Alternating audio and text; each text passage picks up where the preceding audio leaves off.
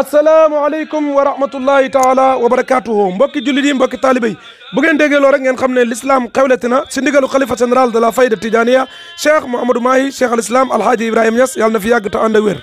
ci ndigalu imamul akbar lil hadratil ibrahimiya imam cheikh Ahmad Tidiane ibnu Seydi wa Mawlaay Alioune Cissé yàlla na fi yàgg lool te ànd ak wér géram ak ci ndigalu alxalifa cheikh Mouhamadoul Amin cheikh alhaaji Ousseynou Niass coobare yàlla gi yàlla na fi yàgg lool te ànd ak wér daayira Ndorong Olof nekk fële ca weti Passy ñooy am mbégte ak kontante di leen yëgal seen gàmmu annuel bi ñuy amal at bu jon ren ñu jàpp ko samedi fukki fan ak ñaar ci weeru mars bii di ñëw taxawu gàmmu gi nag di ko amal mooy cheikh Ahmad Tidiane ibnu cheikh alhaaji Ousseynou Niass al allama hafizahullahu wa raahu borom xam-xam bu teey bu dal bu yaru programme bi nii lay tëddee buñ xëyee dinañ fa amal jàng alquran ñaanal way daw yi def ko addiyee Mawlana cheikh al islam alhaaji Ibrahima Niass waaye ñaan jàmm ci àddina bi yàlla def jàmm ba xay yi di tàkk ci àddina bi yàlla emala ko fi 13h jàpp 14h ñu amal ay xéewal daal di dem xéewlu ji buñ xéewloo ba noppi nag daal di delluwaat ci dal yi gannaaw buñ julee tàkkusaan nag daayira yi daal di amal ziyaara jëm ci ki nga xam ne mooy seen sëriñ di cheikh Ahmad Tidiane ibnu cheikh alhaaji Ousseynou Niass al allama gannaaw buñ ca noppee nag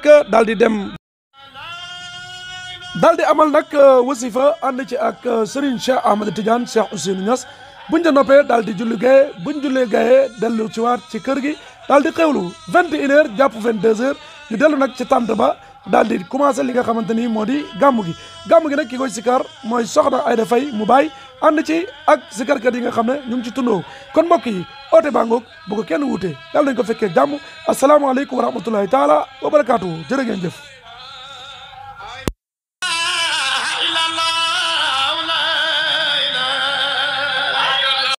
صل وسلم دائما ابدا على حبيبك خير الخلق كلهم Ruuxul Adab TV xam ak xam la jàng ak jàngale yeewu